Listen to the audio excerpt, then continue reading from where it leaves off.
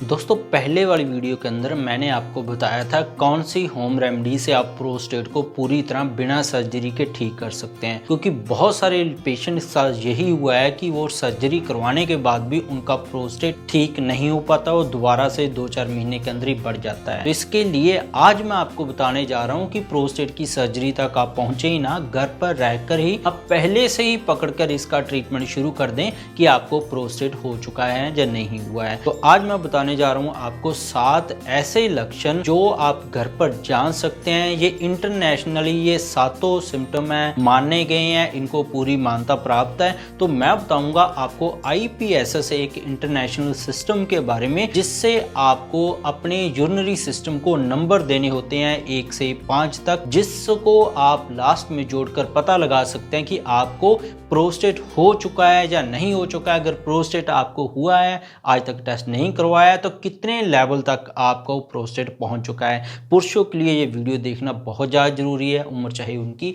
कोई भी है। तो 0 से लेके 5 तक आपने अपने आप को नंबर देने हैं यूरिनरी सिस्टम को।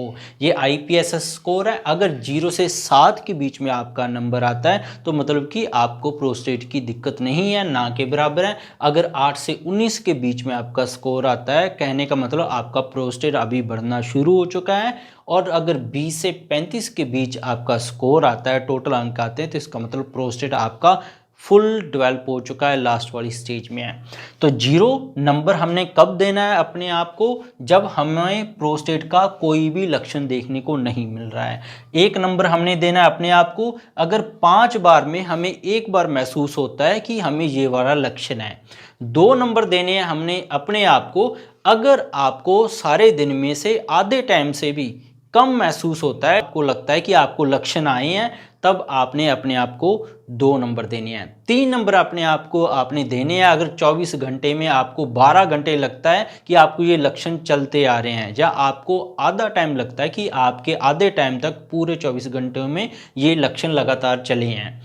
4 नंबर आपने देने हैं अगर आधे टाइम से ज़्यादा बार आपको लगता है कि ये लक्षण आपके अंदर चल रहे हैं।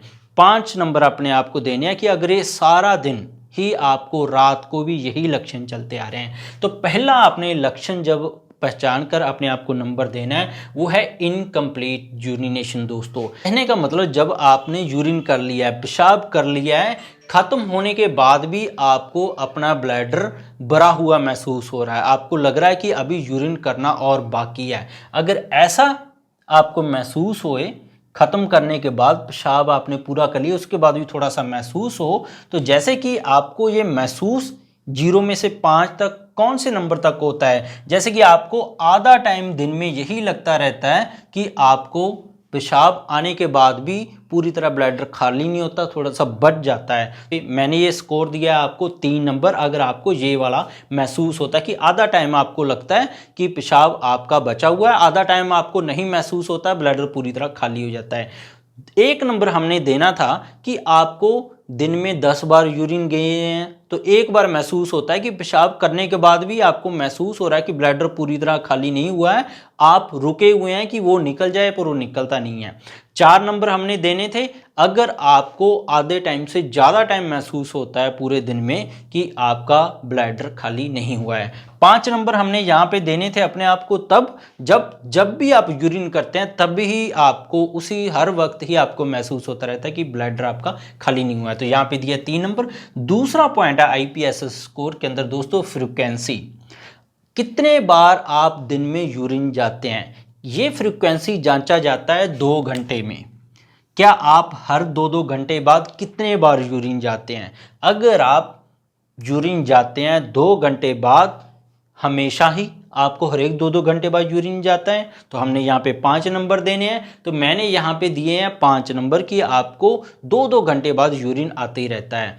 अगर आपको आधा टाइम दिन के अंदर ही ऐसा होता है, 2-2 घंटे बाद आपको यूरिन आता है, जहाँ रात के टाइम आपको 2-2 घंटे बाद यूरिन जाना पड़ता है, दिन के टाइम नहीं जाना पड़ता है, आधा टाइम अगर जाना पड़ता था, तो यहाँ पे 3 नंबर हमने दिए थे, तो मैंने दिए आपको 5 नंबर। तीसरा नंबर है इंटरमिटेंसी। दोस्तों कितने बार आपके साथ ऐसा होता है कि आप पेशाब कर रहे हैं, बीच में आपका पेशाब रुक जाता है, फिर से दोबारा से शुरू हो जाता है, फिर से रुक जाता है, फिर से दोबारा से शुरू हो जाता है। तो मैंने दिए हैं यहाँ पे 3 नंबर कि आधे टाइम आपके साथ ऐसा होता है, आधे टाइम आप सही रहते हैं। तो अगर आपको कोई भी ऐसी दिक्कत नहीं आती है कि आपका पेशाब ऐसे रुक रुक कर शुरू नहीं होता है, तो आप अपने आप को यहाँ पे 0 नंबर दे सकते हैं 3 की बजाय।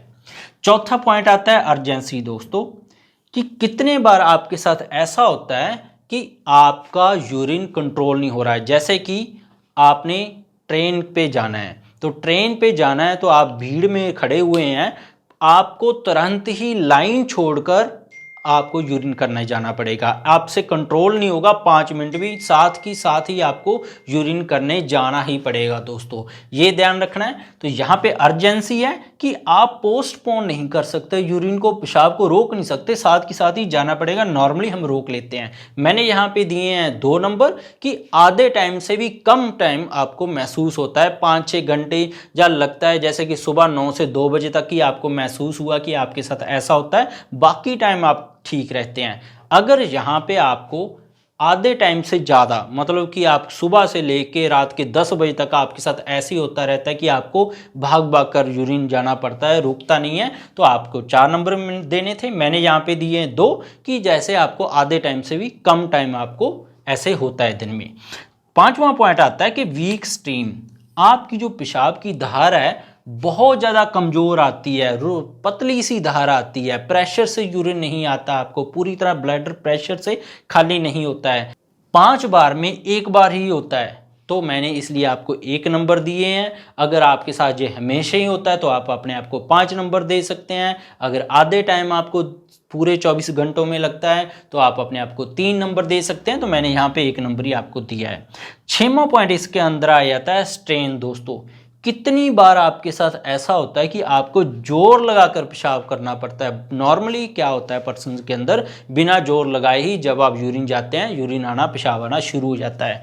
अगर आपको जोर लगाकर हमेशा ही ऐसे होता है तो आपने 5 नंबर देने थे। अगर आपको आधे टाइम पूरे 24 घंटों में मान लीजिए 12 घंटे, जहाँ आपको आधे समय दिन में 10 बार यूरिन गए हैं तो 5 बार लगा आपको सही आया है, 5 बार आपको जोर लगा के करना पड़ा है, तो आप अपने आप को 3 नंबर दे सकते हैं। मैंने आपको यहाँ पे 0 नंबर दिया है कि आपके साथ ऐसा नहीं होता है, पेशाब आ जाता है। 7वां नंबर है दोस्तों नॉक्ट्यूरिया। नॉक्ट्यूरिया था कि रात में आपको कितने बार यूरिन जाना पड़ता है। ये होता है दोस्तों रात वाला जांचना होता है जब आप बेड पे लेट गए हैं और सुबह बेड से उठने तक, जगने तक। तो ये आपने यहाँ पे अलग से नंबर दिए हैं मैंने, कितने बार आप रात में उठते हैं, 1 बार, 2 बार, 3 बार, 4 बार, 5 बार, तो जितने बार उठते हैं आपने अपने आप को यहाँ पे उतने स्कोर दे देने हैं दोस्तों। अब ये जो मैंने आपको टोटल स्कोर दिए हैं, जैसे 3 बार दिए हैं कि आपको 3 बार रात में उठना पड़ता है, तो मैंने 3 स्कोर दे दिए है। तो टोटल ये 3 और 5 8 और 3 11 और 2 13 और 14 और 3 17, तो 17 नंबर मैंने आपको दिए हैं। तो 17 नंबर आपको आते हैं मॉडरेट में। कहने का मतलब आपको मीडियम लेवल तक प्रोस्टेट आपका सूज गया है, आपको डॉक्टर के पास जाने की ज़रूरत है। अगर ये 19 से ज़्यादा बढ़ जाते तो 20 से 35 स्कोर के बीच में आते तो आपको साथ ही तुरंत अपना इलाज शुरू करने की ज़रूरत है। इसके बिना कुछ सिम्टम आपको और भी मिल सकते हैं, जैसे कब्ज आपको देखने को मिल सकती है, ब्लड आ सकता है यूरिन के साथ।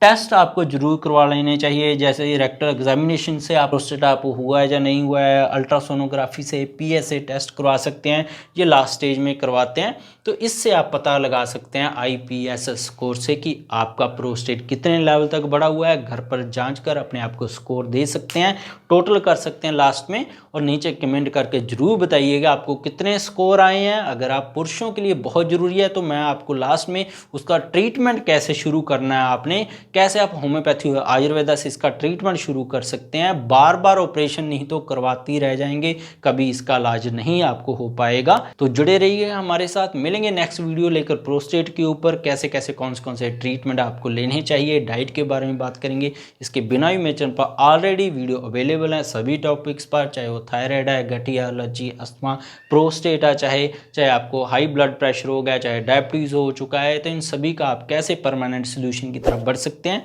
सारी वीडियो मेरे चैनल पर ऑलरेडी अवेलेबल है। सब्सक्राइब नहीं किया तो दोस्तों सब्सक्राइब कर लीजिएगा। मिलें कल अपनी वीडियो के साथ, बहुत बहुत शुक्रिया आपका।